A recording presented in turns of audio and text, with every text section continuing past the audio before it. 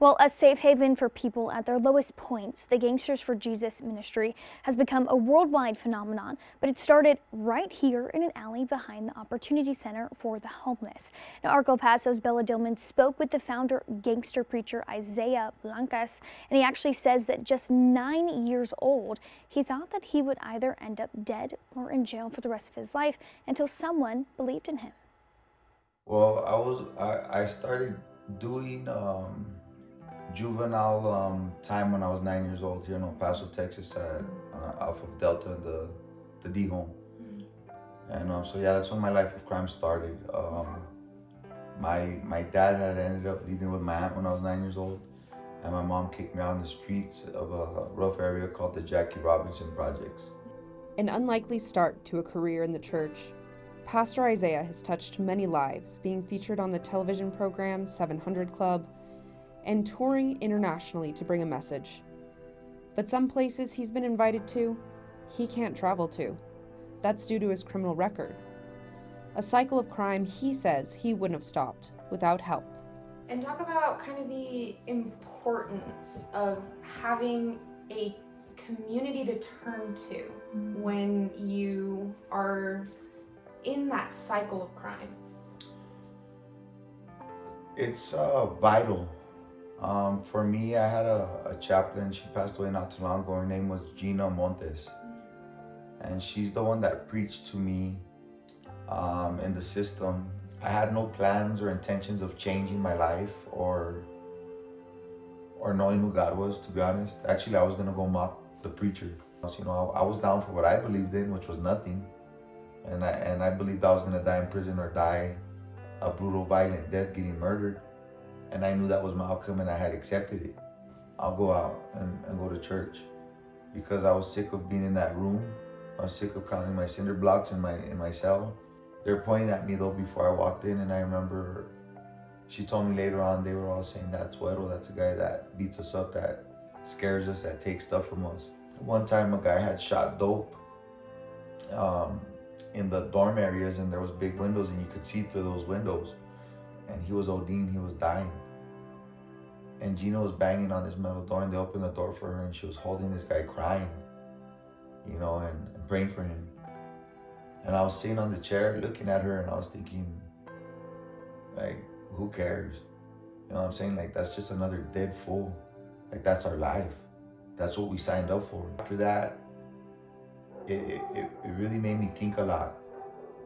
And then I came to the point where I said, you know what, this lady really loves people like me. But now, he's the one providing the support. He started Church in the Alley 4 years ago. Now setup includes sweeping drug paraphernalia out of the alleyway that's spray painted for the church. And the service sometimes have unscheduled interruptions. When I attended, someone in the alley opposite of the service was taken away in an ambulance. Pastor Isaiah says that's all part of helping those who need it most. We have seen so many miracles and so many stories that come from Church in the Alley here in El Paso, where people have broken their crack pipes, where people have got off heroin, where people have, you know, stopped doing drugs or stopped being alcoholics, or all these different things. Reunited with their families, you know, running rehabs, running churches, you know, doing stuff like this. Becoming counselors. Yeah, counselors, all types of different things. So people from all walks of life make their way into the alley. Children with their parents, teachers, and current and former unhoused individuals. I spoke with a resident over at the Opportunity Center that says Gangsters for Jesus has helped him immensely, even though he's still living at the center. Been off and on in the game, drug dealing, being a middleman, you know what I'm saying, and went to prison, and I sat there for 5 years the first time, and the second time I went for 4 years, and the next time I went for 5 years, and I got out, and I'm doing a lot better now. I've been here 2 months, and I've gone to the Gangsters for Jesus, to their gatherings and stuff they have in the alley, and it's been helping me very much. I heard testimonies from ministry members that detailed their stories of living on the streets, selling drugs, doing drugs, and finding hope at the church.